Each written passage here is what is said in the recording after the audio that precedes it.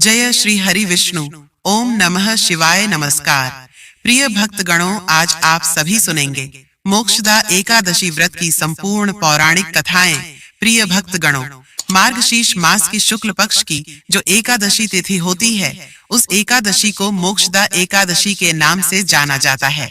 और जैसे कि नाम से ही पता चलता है, मोक्षदा अर्थात मोक्ष दिलाने वाली, मोक्ष देने वाली। एकादशी मार्गशीर्ष एकादशी तिथि को मोक्षदा एकादशी और गीता जयंती एक साथ मनाई जाती है। आज ही के दिन भगवान श्री कृष्ण ने कुरुक्षेत्र में अर्जुन को गीता का उपदेश दिया था, गीता का ज्ञान दिया था, जिसे आज हम भगवद गीता के नाम से जानते हैं।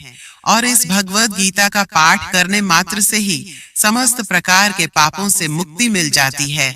तो मार्गशीर्ष मास की मोक्षदा एकादशी को गीता जयंती के नाम से भी जाना जाता है और गीता एकादशी के नाम से भी जाना जाता है। तो ये एकादशी विशेष महत्वपूर्ण होती है। जो भी भक्तजन आज के दिन मोक्षदा एकादशी का व्रत रखता है और कथा का श्रवण करता है, उसको समस्त प्रकार के पापों से मुक्ति मिलती है। जो भी मनुष्य इस व्रत को धारण करता है, उसके पूर्वजों को भी मोक्ष की प्राप्ति होती है और वो मनुष्य भी समस्त प्रकार के सुखों का भोग कर अंत समय में मरणोपरांत मोक्ष को प्राप्त करता है।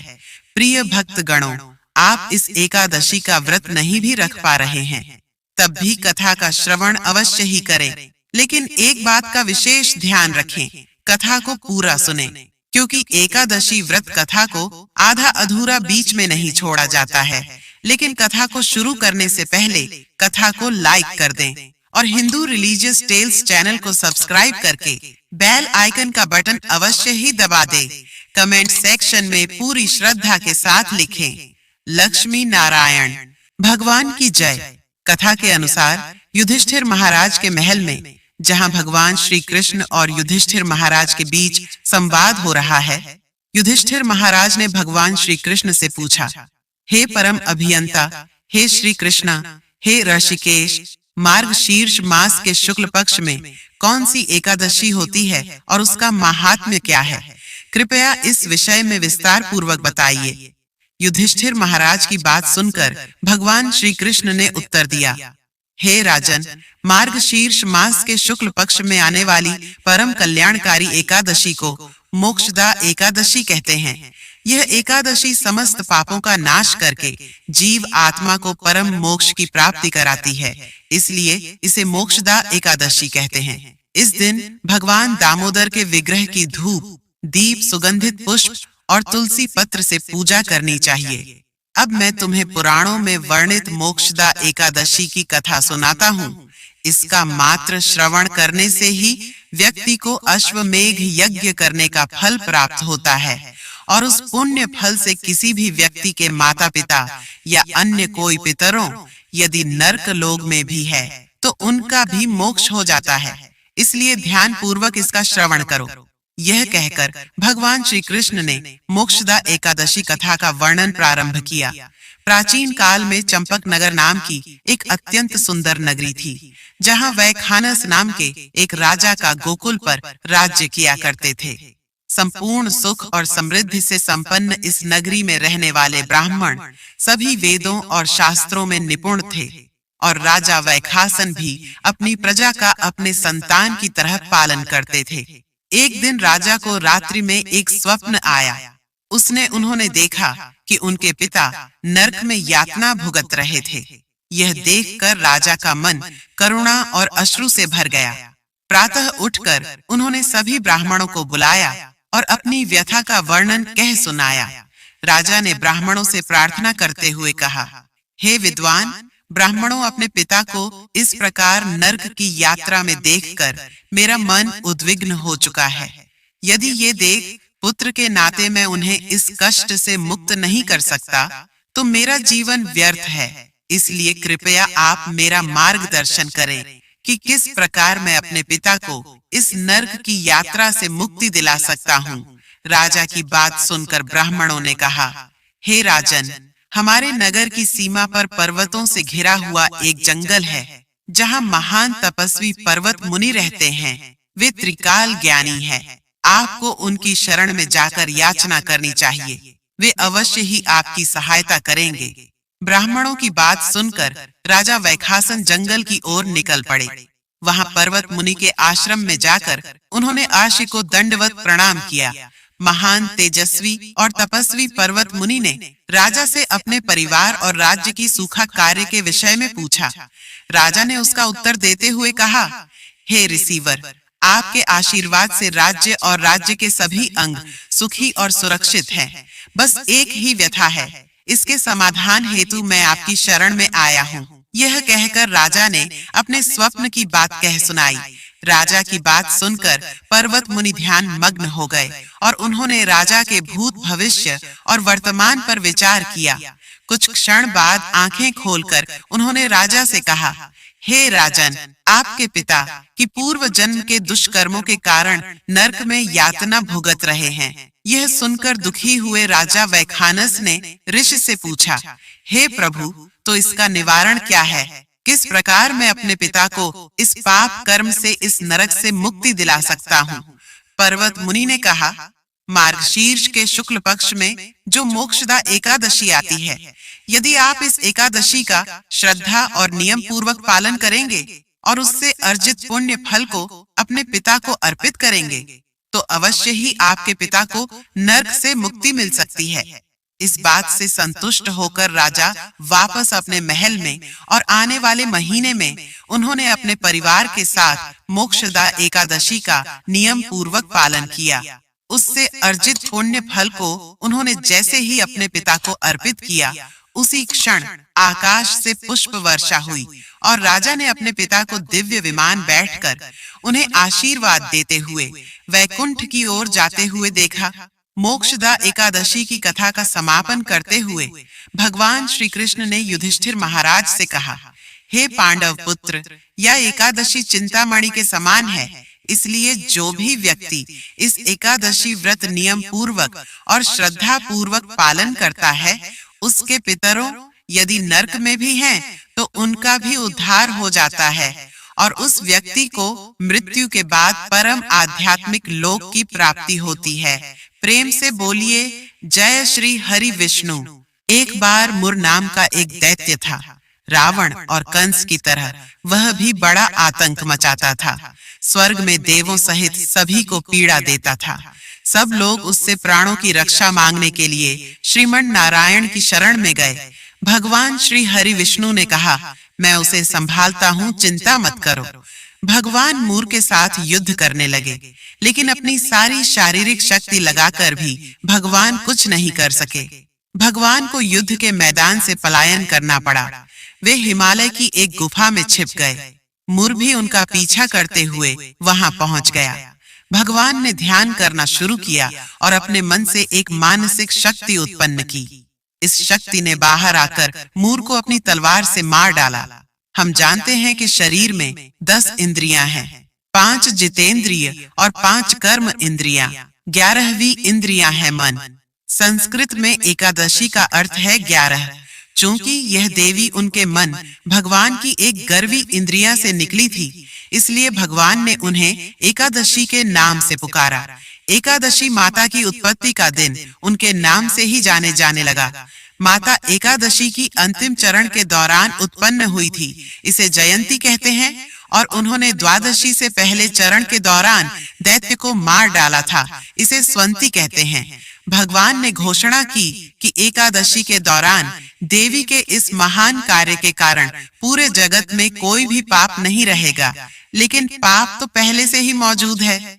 जब उसने यह सुना, पाप पुरुष आश्रय की तलाश में इधर उधर भागने लगा। एकादशी के दौरान वह कहाँ रहेगा? वह जहां भी गया, सभी ने उसे आश्रय देने से इनकार कर दिया।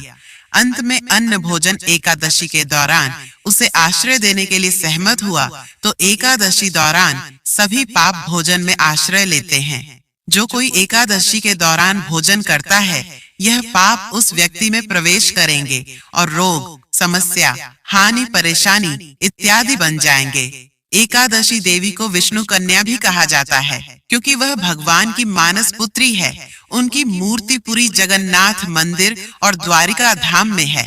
भगवान के धर्म की रक्षा के लिए जितने भी अवतार हैं, वे सभी एकादशी के दिन हुए हैं। इसलिए यह इतना पवित्र दिन है। प्रेम से बोलिए, लक्ष्मी नारायण भगवान की जय, एकादशी माता की जय।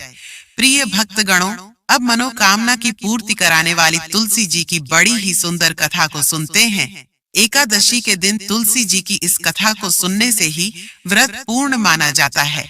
एक बार माता लक्ष्मी भगवान विष्णु जी से पूछती हैं, हे स्वामी, तुलसी के पास दीपक जलाने का क्या महत्व है और रोज शाम को तुलसी के पास दीपक क्यों जलाया जाता है? इससे मनुष्य को कौन सा फल प्राप्त होता है? तुलसी के पास दीपक जलाने की विधि क्या है तथा दीपक जलाते समय कौन से मंत्र का उच्चारण करना चाहिए? कृपा कर आप मुझे विस्तार से बताइए। तब भगवान विष्णु जी कहते हैं, हे देवी, आज आपने समस्त मानव जाति के कल्याण के लिए बहुत ही महत्वपूर्ण प्रश्न किया है। आपके इस प्रश्न का उत्तर देने से पूर्व मैं आपको एक प्राचीन कथा सुनाता हूँ, जिससे आपको सभी प्रश्नों के उत्तर मिल जाएंगे। इसलिए आप इस कथा को ध्यान पूर्वक सुनिए। कथा को सुनने मात्र से ही मनुष्य को 100 वर्षों तक तुलसी के पास दीपक जलाने का पुण्य प्राप्त होता है। फिर माता लक्ष्मी रहती है स्वामी, मैं इस कथा को सुनने के लिए उत्सुक हूँ। कृपया आप इस कथा को सुनाना प्रारंभ कीजिए। तब भगवान विष्णु माता लक्ष्मी को वह कथा सुनाने लगते हैं ही। देवी पूर्व काल की बात है। दक्षिण दिशा में तुंगभद्रा नाम की एक बहुत बड़ी नदी है। इस नदी के किनारे पर हरिहरपुर नाम का एक अत्यंत सुंदर नगर बसा हुआ था। उसी नगर में काशी नाम के एक ब्राह्मण निवास करते थे। वे अत्यंत गुणवान, चरित्रवान, धर्म कार्य करने वाले तथा वेदों के मार्ग पर चलने वाले थे। उन्होंने समस्त शास्त्र का अध्ययन किया हुआ था। उस ब्राह्मण की एक पत्नी थी, जिसे लोग दुराचारणी कहकर पुकारते थे, क्योंकि उसके कर्म ही उसके नाम के अनुसार थे। वह सदैव ही अपने पति को अपमानित करती थी। वह अपने पति के लिए कुशब्द कहती थी, पति को भयंकर दुख देती थी, पति के लिए कभी भोजन नहीं बनाती थी। उसने अपने पति के साथ कभी चयन नहीं किया, कभी उसके साथ प्रेम से व्यवहार नहीं किया। पति के मित्र परिवार के लोग घर पर आते तो वह स्त्री उनको अपमानित करके भगा दिया करती थी और स्वयं काम भाव से उन्मत्त होकर निरंतर अन्य व्यभिचारिणी स्त्रियों के साथ घूमा करती थी। उसका मन पति को छोड़कर पर आए पुरुषों में लगा रहता था। उसने कभी अपने पति से प्रेम से बात नहीं की, किंतु पर आए पुरुषों के संग बैठकर बातें किया करती थी। पर आए पुरुषों को मोहित करने के लिए सज धज कर गांव में घूमने जाया करती थी। कभी भवन में किसी वृक्ष के नीचे खड़ी रहकर सुंदर पुरुषों की राह देखने लगती और किसी सुंदर पुरुष को मोहित करके उसके संग भोग विलास किया करती थी। फिर दिन वह दुराचारणी स्त्री वन में जाकर एक वृक्ष के नीचे खड़ी हो गई। उसका चित्र काम से भरा हुआ था। वह किसी सुंदर कामे पुरुष की राह देख रही थी, किंतु बहुत समय निकलने के बाद भी उस स्थान पर कोई पुरुष नहीं आया। इसलिए वह अत्यंत दुखी हो गई और प्रियतम की खोज में इधर-उधर देखने लगी। उस दिन उसका सारा परिश्रम व्यर्थ हो गया। वहां पर खड़ी होकर वह नाना प्रकार की बातें कहकर विलाप करने लगी। आज तो इस मार्ग में कोई भी सुंदर पुरुष नहीं आया, अब मैं कैसे अपने काम वासना को शांत करूं? वह जोर जोर से विलाप करने लगी। उस जंगल में एक विशाल भयानक बाघ निवास करता था। उस पापिनी स्त्री की आवाज सुनकर वह जाग गया और उस स्त्री का भक्षण करने के लिए उसके समीप आ गया। उस भयंकर बाघ को देखकर उस स्त्री के पसीने छूटने लगे। वह भय से थर-थर कांपने लगी। वह स्त्री कुछ करती, इतने में ही उस बाघ ने अपने पंजे से उसे घायल कर दिया और वह स्त्री जमीन पर गिर पड़ी। जमीन पर गिरते ही लहर स्त्री भय से बोली, अरे बाघ, तू किस लिए यहाँ पर आया है? मुझे क्यों मार रहा है? तुम मुझे छोड़ दो, मेरा भक्षण करके तुम्हें क्या मिलेगा? उस स्त्री की ये बात सुनकर वह भयानक बाघ क्षण भर के लिए रुक गया और हंसते हुए बोला, हे दुष्टा, आज विधाता ने तुझे मेरा ग्रास नियुक्त किया है। तुझ जैसी पाणिनी स्त्री का भक्षण करना ही मेरा काम है, तभी तुझे इस शरीर से मुक्ति मिलेगी। वह स्त्री कहने लगी, हे बाघ, तुम कौन हो? मुझे सच सच बताओ, तुम्हें किस कारण से बाघ की योनि में जन्म लेना पड़ा और तुम मुझ जैसी स्त्रियों का भक्षण क्यों करते हो? पहले मुझे सारी बात बताओ और फिर मेरा भक्षण करो। फिर बाघ कहने लगता है, हे पापनी, मैं तुझे पूर्व जन्म का वृत्तांत सुनाता हूँ, किस कारण से मुझे बाघ का जन्म मिला। पूर्व काल में दक्षिण देश में एक नदी थी। उस नदी के तट पर एक नगरी बसी हुई थी। मैं उस नगरी में निवास किया करता था। मैं एक ब्राह्मण का पुत्र था और नदी के किनारे बैठकर यज्ञ पूजा पाठ कार्य किया करता था।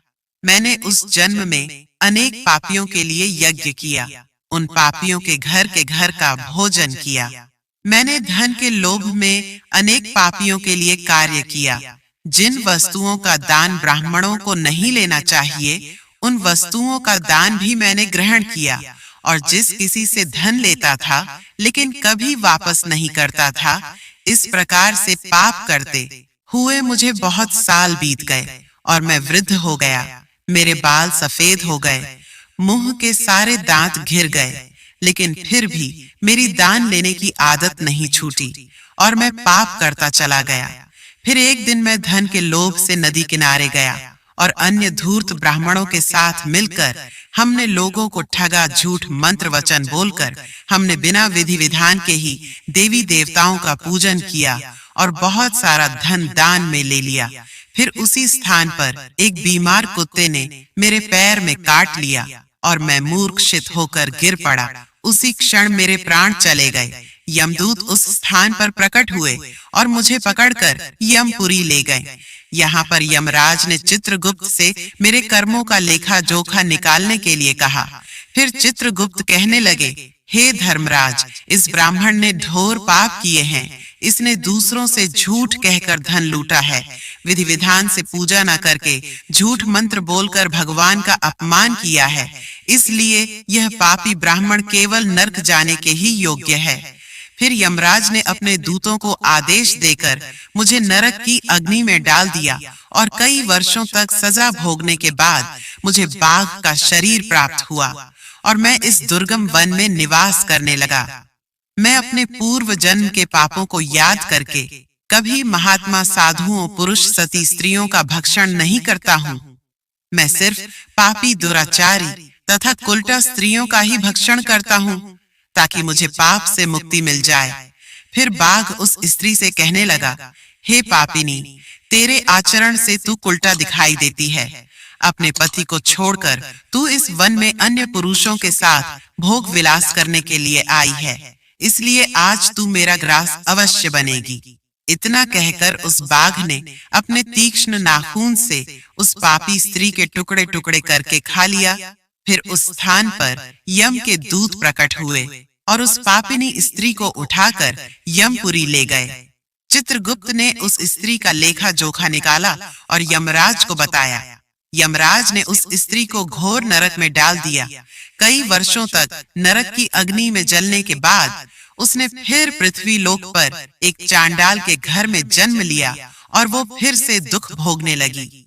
इस दुख को सहन करते करते एक दिन वो तीर्थ में स्नान करने के उद्देश्य से अनंतपुरा में चली गई। वहां पर एक आश्रम के बाहर निवास करने लगी। वहां उस आश्रम में एक तुलसी का पौधा था। अन्य स्त्रियों को वहां पर तुलसी के पास दीपक जलाते हुए देखकर उस पापी स्त्री ने भी वही किया। उसने तुलसी के पौधे के पास एक दीपक प्रज्वलित कर दिया। फिर उसी रात हृदयघात से उनकी मृत्यु हो गई और यमराज के दूत उसे ले जाने के लिए प्रकट हुए। जैसे ही यम के दूत उस पापी स्त्री को ले जाने लगे, तभी भगवान विष्णु के दो पार्षद उस स्थान पर प्रकट हुए और उन्होंने उन दोनों को रोक लिया और कहने लगे, हे दूतों, इस स्त्री को तुम छोड़ दो, ये नरक जाने के योग्य नहीं है। तुम किसके आदेश से ऐसा अधर्म कर रहे हो? यमदूतों ने कहा कि हम यमराज के आदेश से इसे लेने आए हैं, किंतु आप हमें किस कारण से रोक रहे हैं? ये स्त्री अत्यंत पापी है। तब भगवान विष्णु के पार्षद कहने लगे, ये स्त्री तो विष्णु भक्त है, ये नरक जाने योग्य नहीं है। इसने शाम को तुलसी के पास दीपक जलाया है, इसी कारण से इसके समस्त पाप नष्ट हो गए हैं। अब यह नर्क जाने के योग्य नहीं है, यह स्वर्ग जाने की अधिकारी बन गई है। पार्षदों की बात सुनकर यमदूतों ने उस स्त्री को उस स्थान पर छोड़ दिया और यमलोक लौट गए। वहां जाकर उन्होंने यमराज को सारा वृतांत सुना दिया। फिर भगवान विष्णु के पार्षद उस स्त्री को दिव्य विमान में बिठाकर स्वर्ग लोक ले गए। भगवान विष्णु कहते हैं, हे देवी, इस प्रकार से तुलसी के पास केवल दीपक जलाने मात्र से ही मनुष्य के सारे पाप नष्ट हो जाते हैं। जो स्त्री नित्य शाम को तुलसी के पास दीपक जलाती है, वह सौभाग्यशाली बनती है। इसके पूर्व जन्मों के सभी पाप नष्ट हो जाते हैं। उसे सुख समृद्धि की प्राप्ति होती है। भगवान विष्णु कहते हैं, हे देवी, हजारों अमृत के घड़ों से नहलाने पर भी श्री हरि विष्णु को उतनी तृप्ति नहीं होती जितनी वे मनुष्यों के द्वारा तुलसी का एक पत्ता चढ़ाने से प्राप्त करते हैं। 10,000 गौदान से मानव जो फल प्राप्त करता है, वही फल तुलसी पत्र के दान से पा लेता है। जो मृत्यु के समय अपने मुख में तुलसी पत्र का जल पा लेता है, वह संपूर्ण पापों से मुक्त होकर भगवान श्री हरि विष्णु के धाम जाता है। हिंदू धर्म में तुलसी के पौधे का महत्व सबसे अधिक है। इसकी सबसे पहले पूजा भगवान विष्णु जी ने की थी। बोलिए तुलसी माता की जय, बोलिए श्री हरि विष्णु भगवान की जय। ओम नमः शिवाय।